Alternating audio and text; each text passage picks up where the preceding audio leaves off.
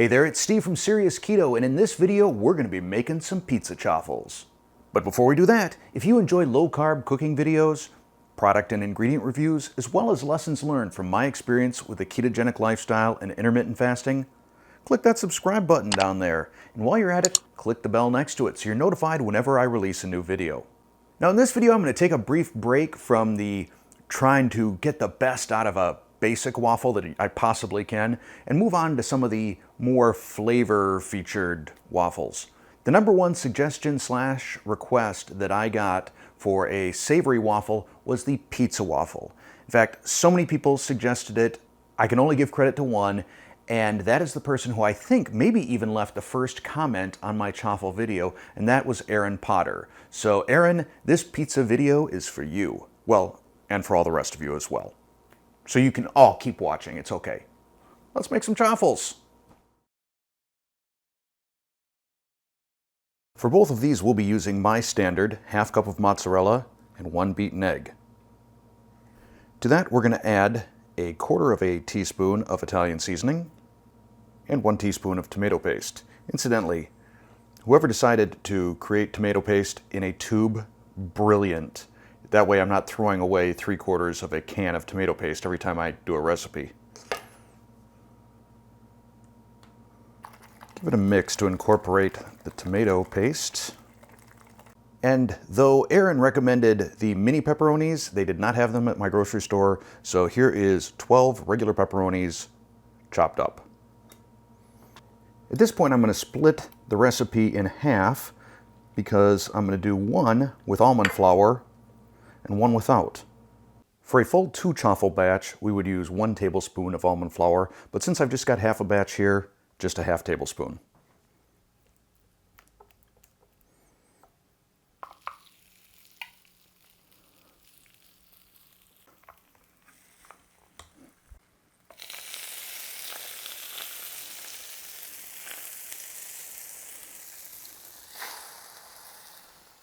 Normally these take about 5 minutes, but they stop steaming at about 3, so I'm going to take them out.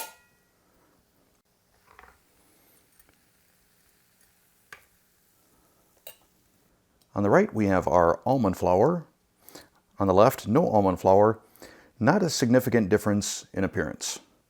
First, the almond flour. That was really good. That reminds me kind of like the pizza flavored goldfish. That's tasty, and I think the seasoning, just the right amount. I wouldn't go any heavier. I think if you wanted to make these more garlicky, maybe you dial back the Italian seasoning to 1/8 teaspoon and then do 1/8 teaspoon of garlic. But these, I think, are just sort of perfectly spiced as they are right now with 1/4 teaspoon total. Now, without the almond flour. Without almond flour, still really good. It's a little bit more moist. I think I prefer the almond flour a bit more. Texturally, I like that chew a little bit more. So both of these self-contained pizza chaffles are a winner. Thank you, Aaron, for the suggestion. Now, one of the other suggestions that I got as it relates to pizza chaffles is to do them like a traditional pizza. Create a crust and then top it and then throw it in the oven. So that's what we're going to do now. And once again, I'm using my standard ½ cup of mozzarella, 1 large egg beaten. And then for this recipe, where we're just making the crust, I'm going to add 1/8 teaspoon of garlic powder, 1/8 teaspoon Italian seasoning. And again, we'll split the batter so we can test almond flour versus no almond flour. Half a batch, so ½ tablespoon. Oops.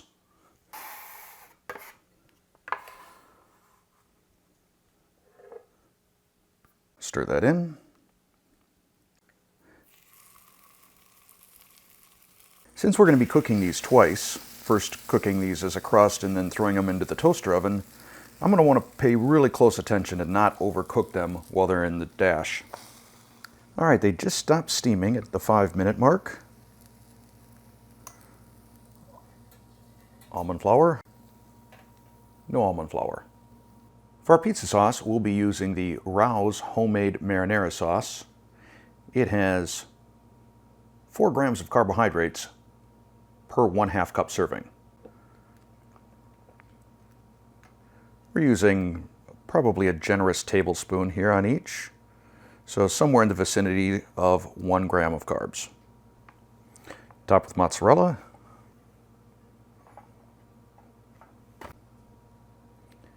And pepperoni.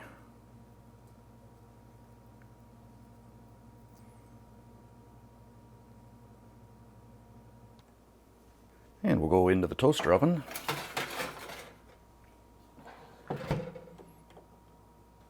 Set to broil at 425.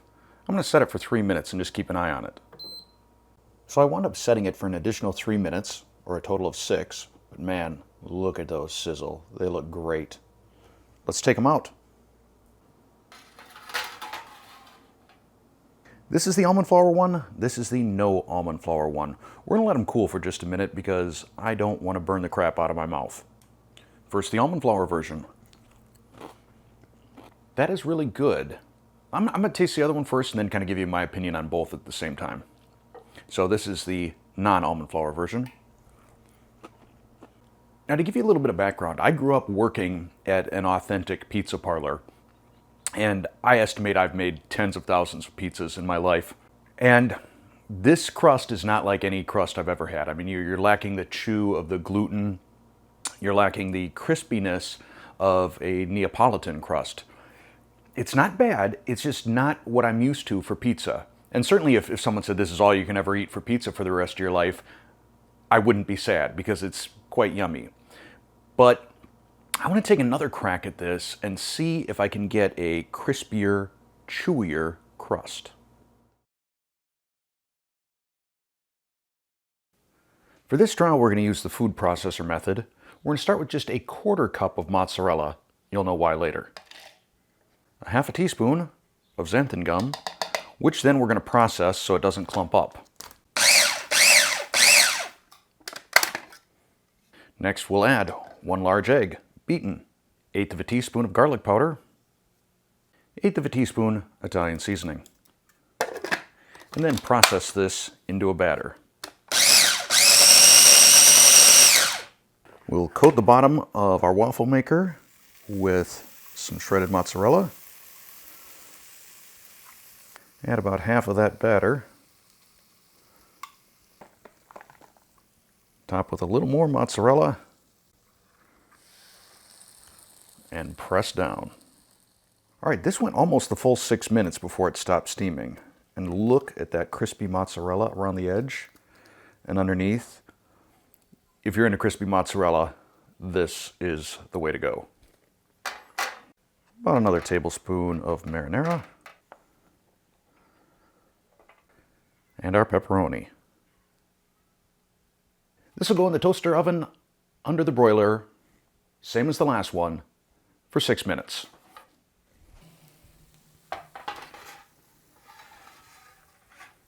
Looking good. We'll let that cool for a couple of minutes.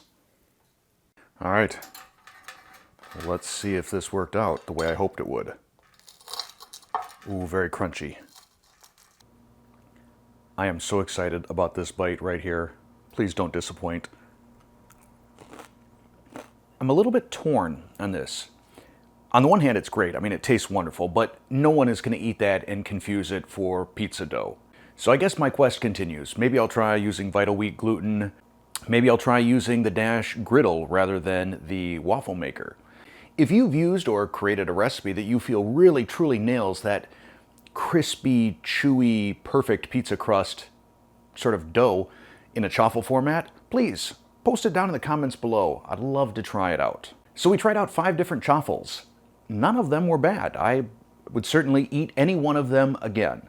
Which one's right for you? That's sort of up to you. Obviously, if you can't eat almond flour, just go with the straight egg and cheese version or substitute in coconut flour. But as I learned in one of my previous videos, that's not a 1-to-1 ratio. You should use about 1/3 of the amount of coconut flour. I've seen some people say as much as half, but usually it seems to be right around 1/3 is sort of that magic number. Play around with the recipe, have a little fun. And thanks for watching.